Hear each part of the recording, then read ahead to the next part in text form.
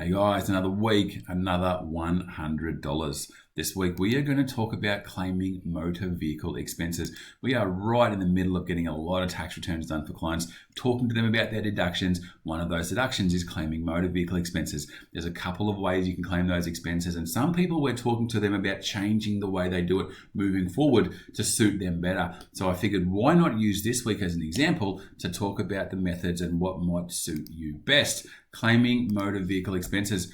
The general advice warning doesn't really relate to today, but if you do want to chat about your situation, give us a call. We'll figure out which one's best for you.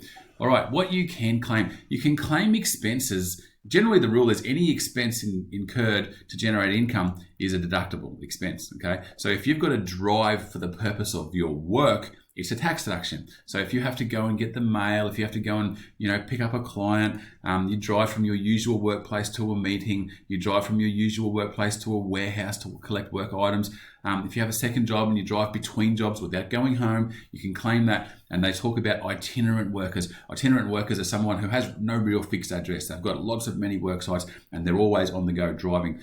They can claim their expenses as well. What you can't claim, the most common one that we talk to people about that you can't claim is if you drive from home to work and work to home, okay? That's not work-related travel, all right? We talked about itinerant workers. They have a little bit of an exception because they're always driving. That's the nature of what they do. And if you carry large, heavy, bulky items, there's a process to go through to figure out where you're at with respect to that. But if your work involves you taking your office with you and driving it home and then taking it again with you and driving it to your next workplace, then that travel can be counted as a deduction. Something that I don't really want to get into, but I will go through the process here. Are you driving a car? There's cars and there's not cars, and there's different rules and different scenarios for each of them. The ATO defines a car as an enclosed vehicle that cannot carry more than 1 ton or legally carry more than 8 passengers.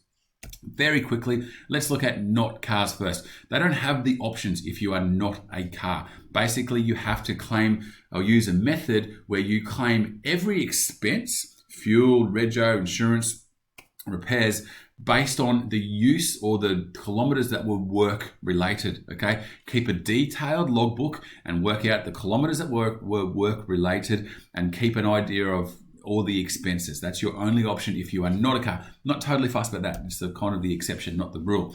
Let's look at cars. You've got 2 options. The first option and the most common option is the cents per kilometer method. The simplest method, you can claim up to 5,000 kilometers of travel, okay? And you claim 72 cents per kilometer for each kilometer you drive. Going up to 78 cents per kilometer from next year. You don't need to keep a detailed logbook, but if you get a tap on the shoulder from the ATO, you need to show them how you've worked out the kilometers. All right, the question for this week is going to relate to this page. I'll come back to it, but it's going to be something to do with claiming 5,000 kilometers and at 72 cents. Let's come back to that in a minute. What about the alternative? And this is where we're talking to people about how they may be able to do things better. If you're driving more than 5,000 kilometers, okay, and you have expenses that are going to add up to more than the deduction from the cents per kilometer method, maybe use the logbook method. The logbook method, you need to keep a detailed logbook of all of your travel for 12 weeks, okay? At the end of that 12 weeks, you work out how much of it was work-related. Let's say you did 10,000 kilometers and you worked out that 6,500 of those kilometers were for work and 3,500 were for private. Then you can claim 65% of all of your expenses. So registration, insurance, servicing, repairs, new tires, fuel, everything, okay, you claim 65% of. So up here, we're claiming 5,000 at 72 cents. Down here, we're claiming the percent of the actual expense. If that's better for you, that's the one you need to use. All right, back to this week's question, back to this week's $100. If you can claim 5,000 kilometers, let's say you claim the most, 5,000 kilometers. And if you have a deduction or the claim is at 72 cents per kilometer, how much is the tax deduction that you are going to get? Okay, 5,000 kilometers, 72 cents.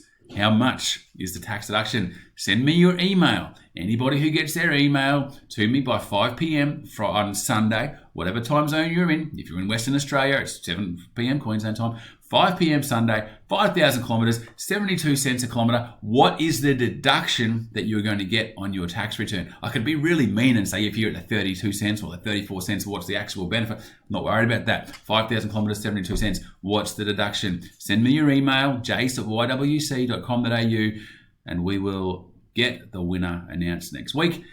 If you want to talk about cents per kilometre, if you want to talk about the logbook, how to do it, give me a call. That's what I'm here for. All right, guys. Talk soon.